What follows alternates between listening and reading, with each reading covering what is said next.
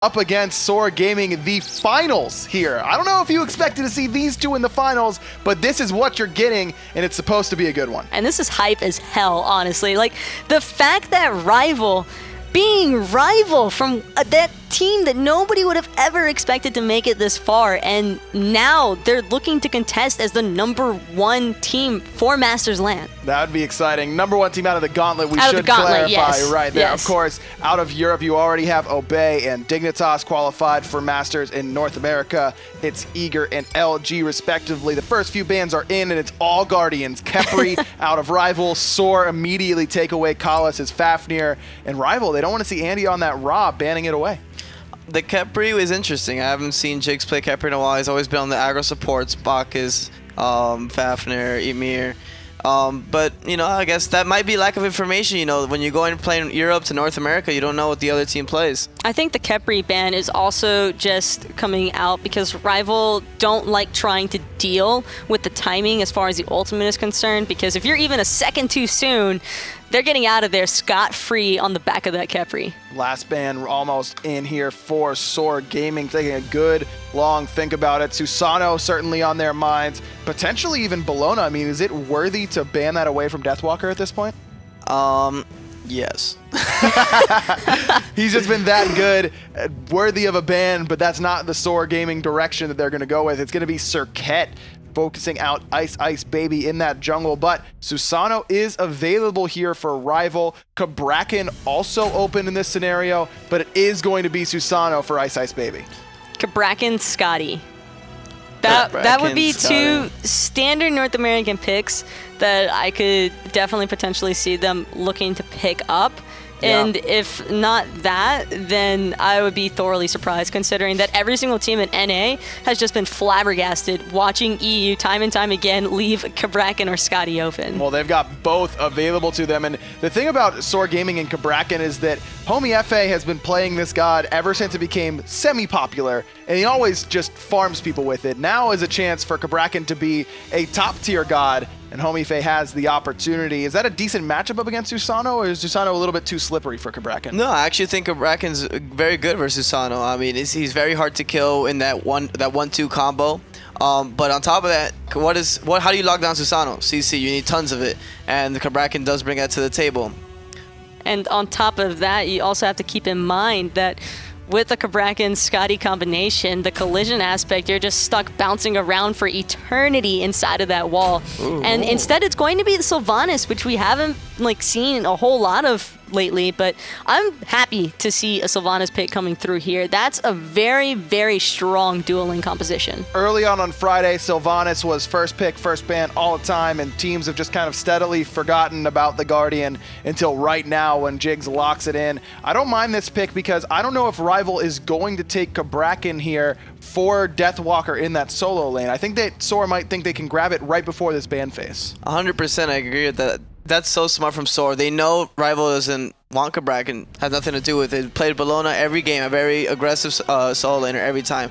And so to hold off on that and be like, well, you know, we could take it back if we want third pick either way. So this is really smart from them. Xing Chen could be in the solo lane, but also Kalas played it earlier on. I believe that was up against Energy in that support role, and it is going to be the ROM for Vote here up against the Scotty. And I would probably expect the Xing Chen to be in that solo lane, especially, I mean, in the support role for Kalas, especially because they'd much rather have Deathwalker on a warrior that he can be much more aggressive with, like we've seen with him already on the Bologna. SoaR Gaming probably going to opt to try and take away Bologna at this point in time, or even the Osiris as well. Just do not allow this man's Deathwalker to get anywhere near these auto attack based warriors. Scotty, Sylvanas, Cabrakan. If you would have told SoaR coming into this that those are the three gods they would get, they would have laughed their way to the banks. I'm sure they're very excited about their draft thus far. Osiris ban on point right there, Taco, waiting to see what Rival wants to go with here. Mid lane and solo are the two that we're expecting SoaR to need. I love the Zeus ban. You got tons. You have a double Guardian support right now. Even though Sylvanas does not have a very frontline aspect to him, he does have very protective. He can heal you. He can stand in front of you. He has a root. He has a lot of peel. Sure. So I like the Zeus ban. A very good ban on Rival's end. Scylla going to be the other ban here, I would assume, if Rival's focusing out Andenster? 100%. You've been looking at the land. He's played 3 gods. Let's do the math. He doesn't have too many left. Erlong Shen banned here by SoaR. They're allowing Deathwalker to go the Bologna if he wants it.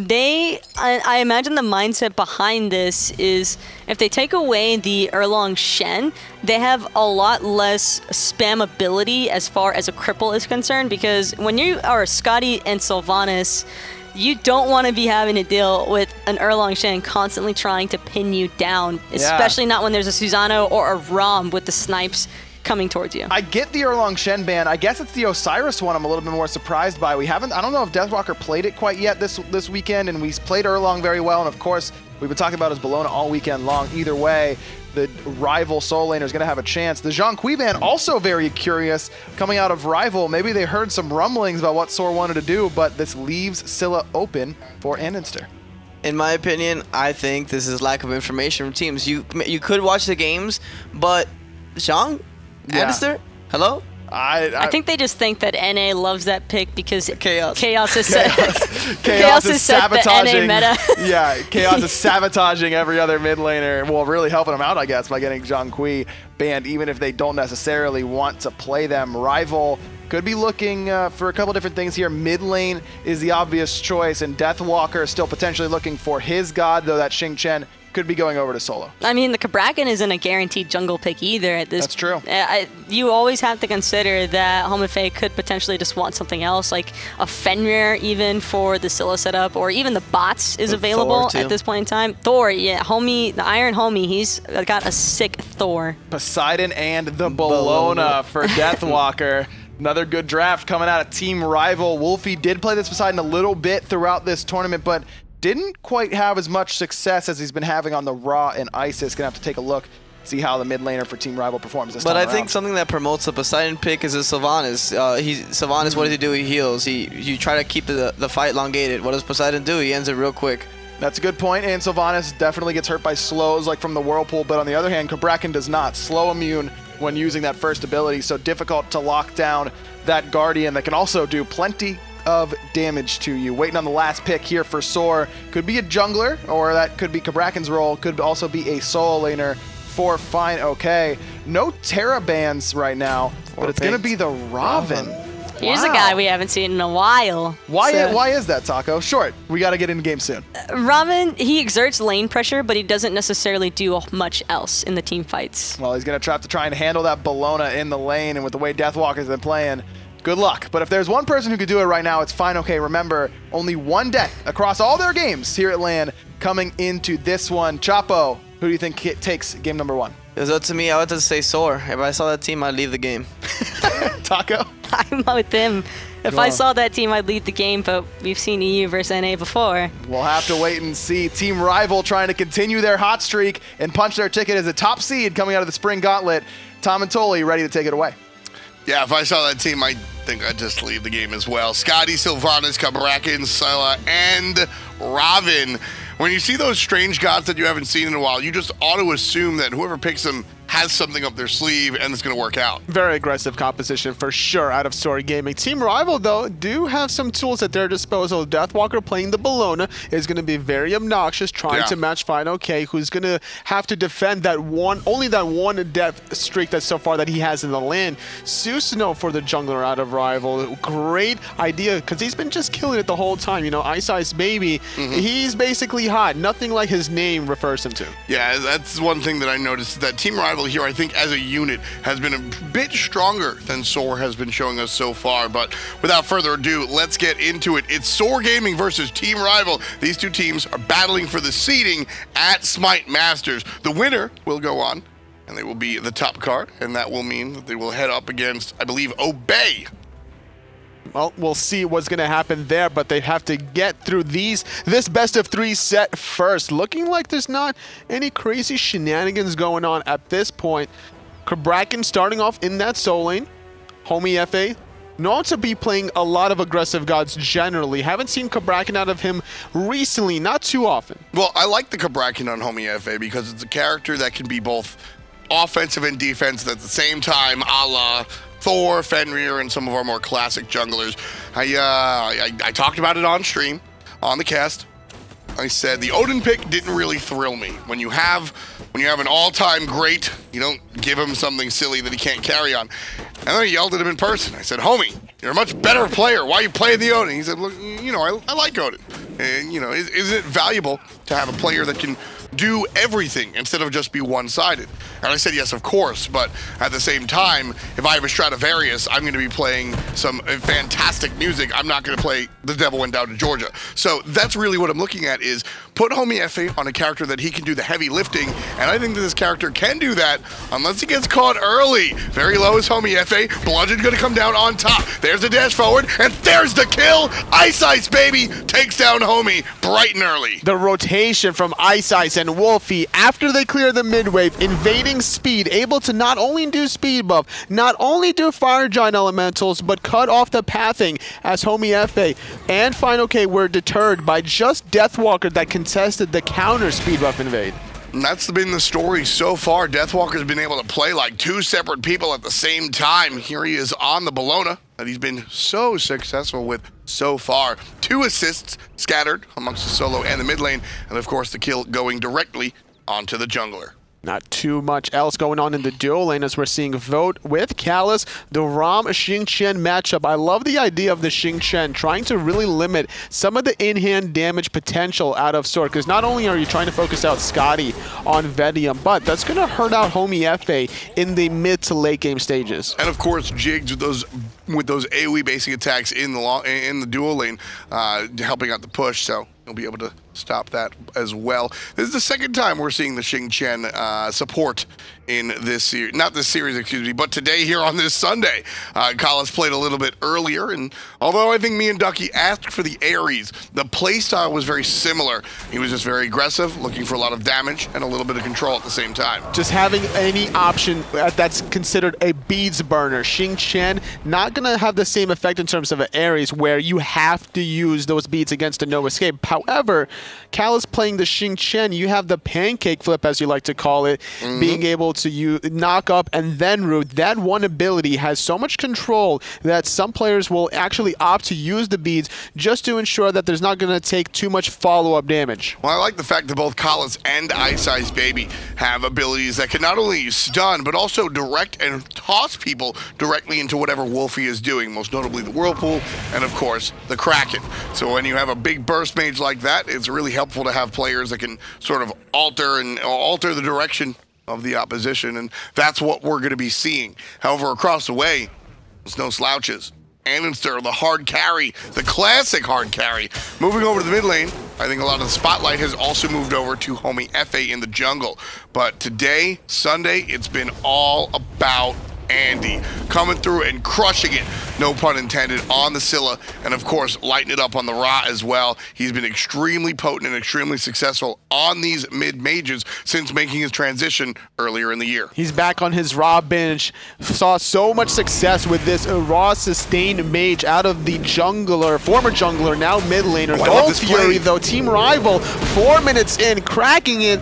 SoaR, not even a clue. I love that play. No chance in the world that SoaR's going to come over and take anything because they just didn't know. And just like that, 4 minutes in, Totally, we're looking at almost a 2,000 gold lead. That's a big deal. Credited to the 2 wards positioned around those top left and mid harpies. Not able to really spot it out as SoaR, and with the minimap vision that Rival had as well, they saw all the damage potential that was already preoccupied elsewhere. One thing that I loved about that timing was Team Rival give up a wave in order to get that, and that's why they're able to get away with that. SoaR are too busy concerning themselves with getting the wave because it's 3.5 minutes in. They don't realize that, well, Rival's missing in every lane because they're at the Gold Fury. I'll give up a wave for a Gold Fury.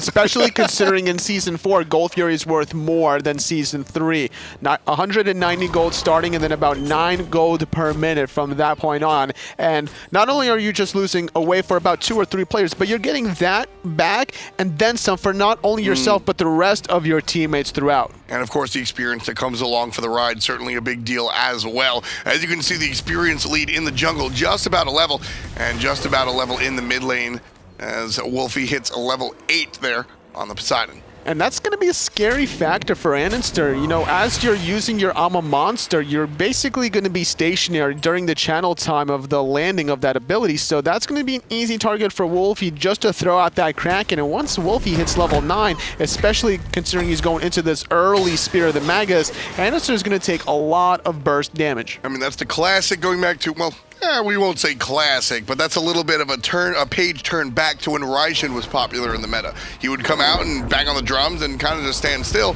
And that's where Vulcan and some of these other high burst mages came to really counteract that idea.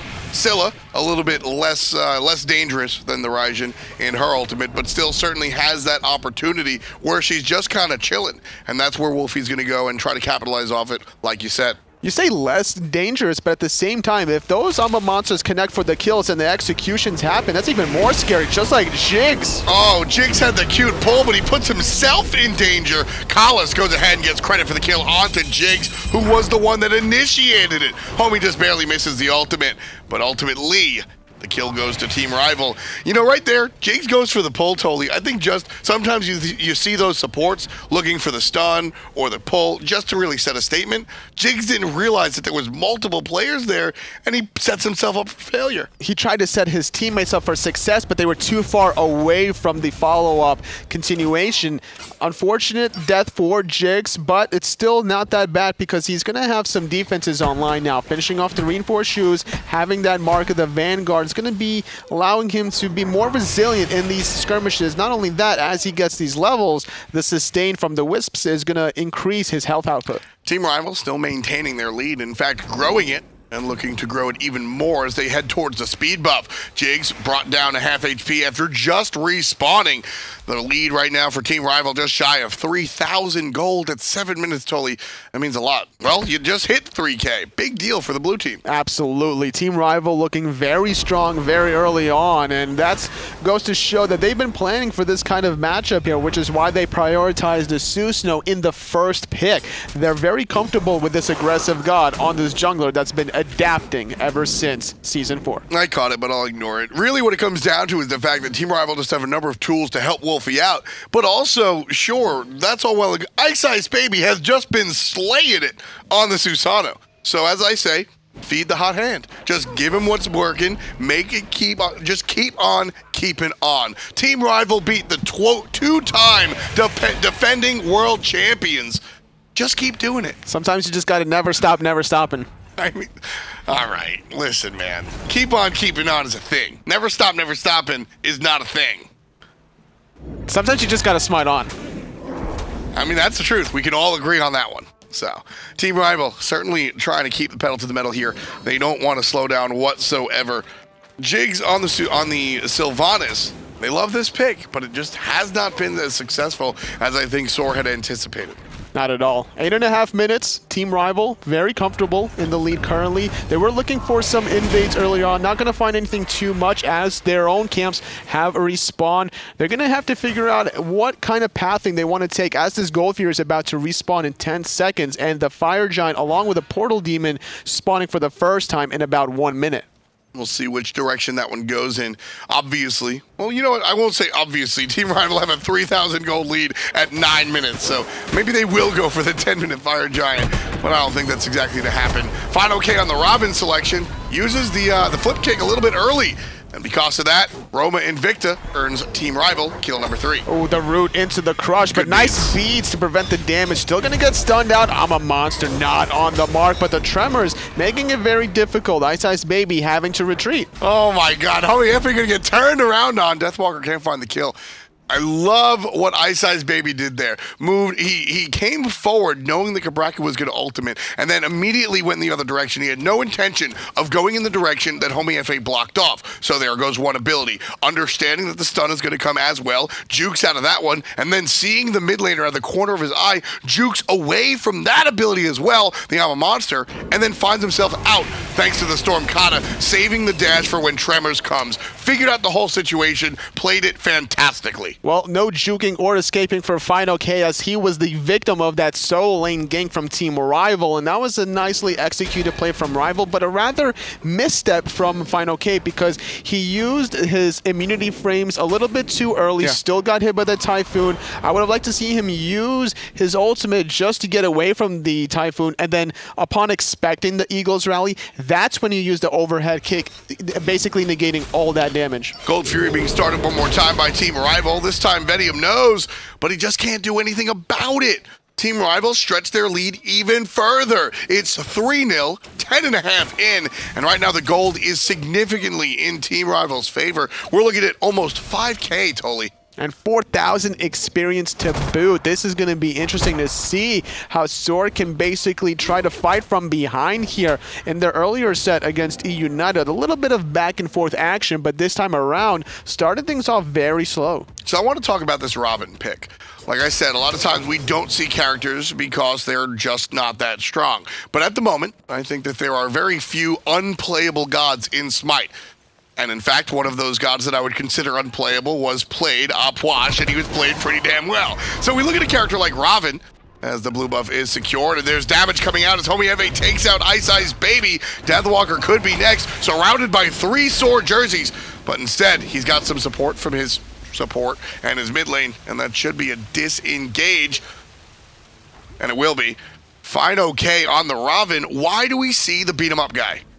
Trying to match the burst potential and the bulliness, rather, out of Deathwalker playing the Bologna. Obviously, you can use that overhead kick just to avoid the bludgeon damage, and not only that, you're avoiding the important Kraken damage. So once you go in and dive that backline in these team fights, you're trying to bait that important cooldown, allowing the safety of the rest of your teammates. That's the big deal right there. Deathwalker surrounded one more time. A little bit of help from Collis, but not enough. The jump and up down out of the Bologna is strong, and Jigs is in trouble. One more shot. Wolfie takes him down. Final K, though, having to retreat under his own tower. Look at Homie Efe, though, taking a lot of poke in return. Not too much survivability here for the members of SoaR. Getting pulled back in as Anister Typhoon knocking out the former jungler. He's about the 2-1-2. Strong showing for the jungler, Ice Baby.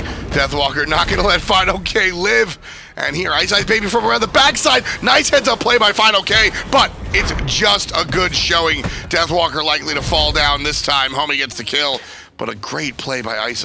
Trying to knock out the walls there. Not enough hits to be able to knock out that Cabrakan wall. But yes, just like that, finding a 1-for-1 under that tier 1 solo tower. Bought enough time for the rest of Rival to be able to secure that Portal Demon. 750 gold under their pocket. Even Vote pushing out the entire wave before backing. So returning to the conversation about this Robin selection, I think you hit the nail on the head.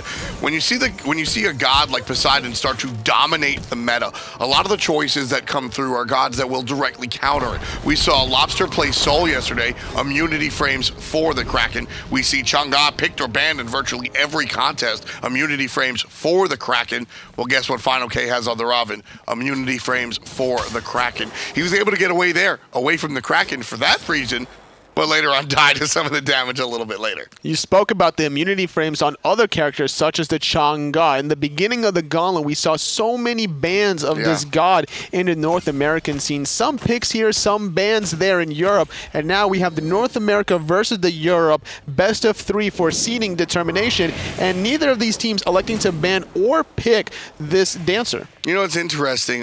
Looking at Homie Efe and Ice Baby, just simply not sure how well they can play it. For example, I know that Viriziel just doesn't play Chang'e out of choice. It's not the jungle that he wants to go for. And so maybe that's the attitude that Ice and Homie Efe have. Which is surprising to hear that out of Viriziel, because before, back in the day, when his squad used to be known as Enemy, he liked to play these utility-style junglers, or he would play gods such as Thor that would initiate in a utility fashion, going for a lot of defenses with cooldown reduction. That is very true. With that said, I mean, the way he was playing Hun Bats, unfortunately, his team falls to Energy at the end of the day in the loser's bracket. But, I mean, the way he's playing Hun Bats was fantastic. I even liked the creativity. Instead of going the overhand smash at level 1, going for the jump, a lot of utility there. So, you know, he might not be the Chang'e player, but he's still reaching deep into those draws for the up-the-sleeve type tactics and strategies. Definitely having found his own identity. Still needs to find their own identity as E United in terms of going into that summer split, as they didn't reach Masters. But both of these teams here that you see on your screen have reached Masters. They're just fighting for their seeding. Exactly. And you know what? This is also, you know, you're fighting for a little bit more. SoaR came into the split and I mean, look at the names besides Final K. Look at homie FA and Andy and Jigs at Vedium, and no disrespect to Final K. I'm talking more about the legacy of what these players have done. These are some of the 4 more notable names in the league.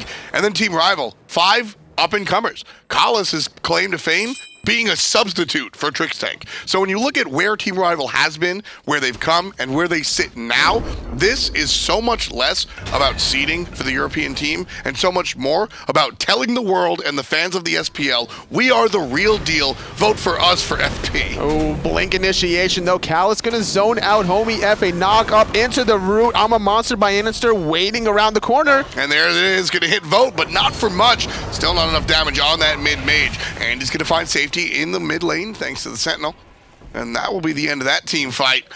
Ice Ice Baby just here to clean up some of the vision. Kala's gonna intercept some damage out of Vedium, but he's gonna do it too much, and he'll be taken down by the Permafrost. Cal, they're still chasing out Ice Ice Baby, forced to jet stream away. Kraken hitting Anister. Wolfie getting knocked up by the Wrath of Terror. Jigs credited with that one. Final K diving onto Vote, just slowing him down a little bit further. Gold Fury for the picking. Kalas did not need to die there whatsoever, Anatoly. Kalas dies. Wolfie tries to help him out, dies as well. All because Kalas takes the wrong pathing.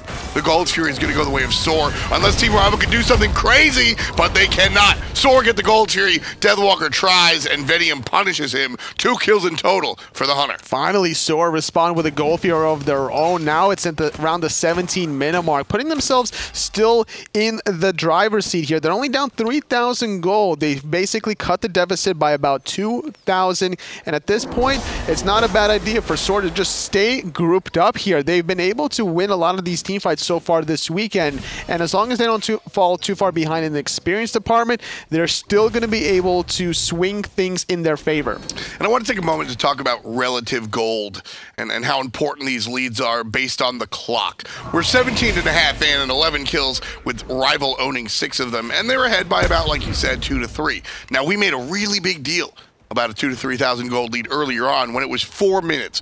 Why don't you explain how much different the 4-minute 3K gold lead is to the 17-minute gold lead? Well, at the 17-minute mark, that 2K gold lead has already been basically spent on a bunch of potions and wards for each and every single player. You're basically getting about tier 1 item. A tier 1 item at 17 minutes versus a tier 1 item at about, 5 minutes or even less than 10, that's going to give you a bigger power curve the earlier it is. So as you get later in the game, your items become more powerful, and that gold becomes a more important. Jigs in trouble. Gets hit by the mid lane ultimate. There comes the ultimate out of Anister as well. Nobody dead just yet. Kalas tosses 2 directly into Wolfie's tidal surge, but it's just not enough to claim a life. Calder, he'll be walking away thanks to a couple shots from the Hunter. And Vote and his crew will group up as 5 in the mid lane, but very quickly, well, you know where the jungle is going. He's going to speed buff. Has to be able to get something here with Gold Fury still down, Portal Demon available to the taking, and I like the composition from Rival to deal with this Chaldear. Wolfie having the multi-pronged trident as well as Vote with the Ram with the double shots. One more time, too deep, gets taken advantage of and slapped back to the base. Vedium, again, on the good side above the support. That's the second time we've seen that happen. Scotty has just been able to really melt these tanks. Just look at the item choices for Vedium. It's just all pure penetration, waiting for the damage. A lot of hits. Anister taking out Deathwalker, and Team Rival secure it. They snatch away the Portal Demon right there, despite SoaR trying their best to zone out and make it their own. 2 players do die, Kalas earlier on, so Deathwalker, the only one that dies in this exchange. SoaR SoaR still unable to find the objective, but they do find the players. Wolfie goes down for the second time this game. Final K used his overhead kick just to cut the distance a little bit closer to Wolfie to throw out that route. Great use of mechanics from this new solo laner for SoaR. And like we were praising him earlier on so far this weekend, you know, he only had one death before coming into this set, but he was struggling earlier on as Rival were kind of sitting in his lane a little bit, already doubling his death counter. You know, I'm still a fan of what Final K has been doing for SoaR. You know, if you told me last year that, hey, look, SoaR, you're going to lose Baskin, you're going to gain Challenger Cup player, I'd say, all right, I'll see you in relegations, buddy. How's it going? But instead, Final K he's been crushing it. He's been really, really one of the stronger players here on the SoaR roster, and it's been a pleasure watching him not just affect the game, but also learn and grow. Rival snuck away 2 objectives earlier on, but they were Gold's Furies. This time they're looking for the Fire Giant. Ice gets in trouble, and the SoaR and Team Rival will leash the Fire Giant as SoaR gets a little bit closer. I like the shot, but I think it was a little bit too soon. Really aggressive was Ice Baby, and confident to be able to peek his head around the corner and take the 1v2 encounter, being able to strip away the speed buff from homie FA, and that is going to decrease the mobility from this Cabrakan that wants to get in position to basically smack you with his big overhead clubs. Absolutely. What an animated character he is. He's a lot of fun to see. He's a lot of fun to cast. I don't think he's a lot of fun to play against, which is why he's one of the most banned characters in our league. It's funny every time you see a Cabrakan just running at you with his one steroid.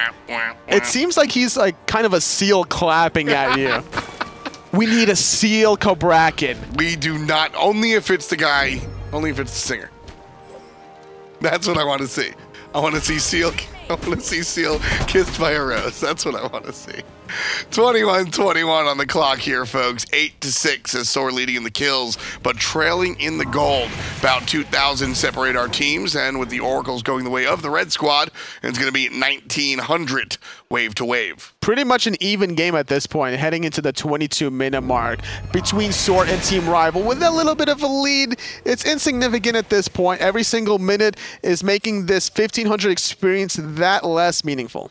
So Cabrakan gets a seal skin, and Amusement Cop gets a sting skin. I'm down.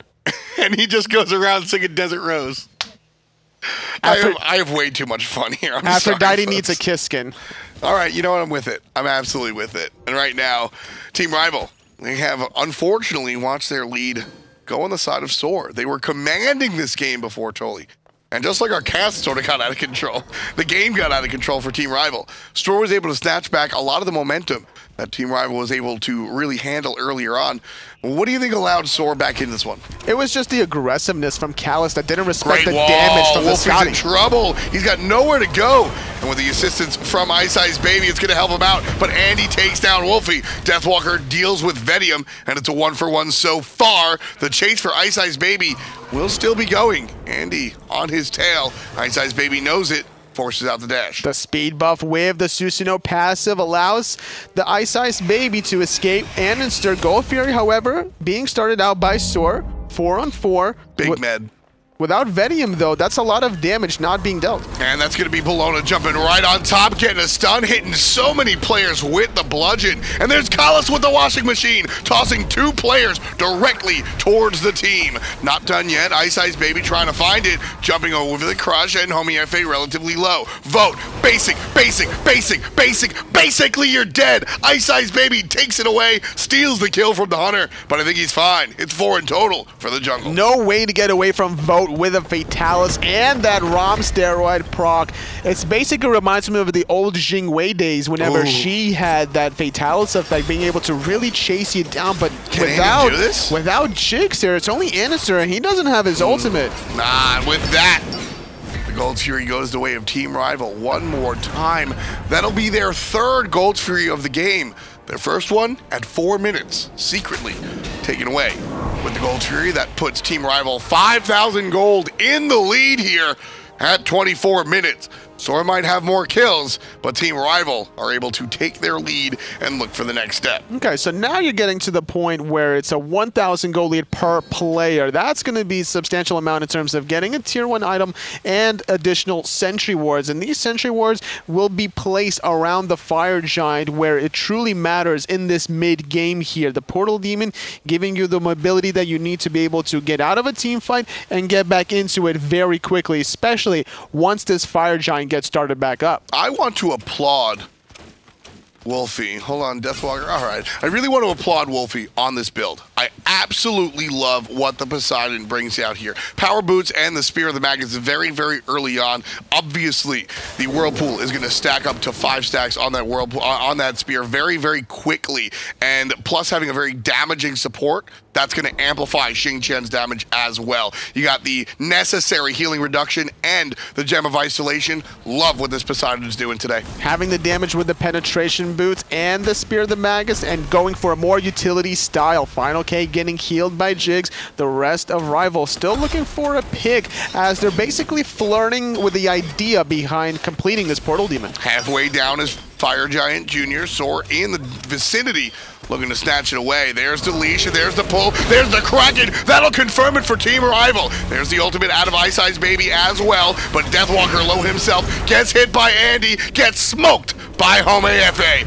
Ground pound to bound coming out from the Cabrakan, but it's enough to disengage. Team Rival will lose their solo later, but gain the Portal Demon. Totally, I know the answer for Gold's Fury, but how do you feel about trading your solo laner for a Portal Demon? Considering SoaR is not really pulling this Fire Giant, it's completely worth it. You're still getting the overall benefit of the gold. 750 gold total for your team, and SoaR is not getting 750 gold collectively by just killing Deathwalker. And with that in mind, 4,900 gold in the lead is Team Rival.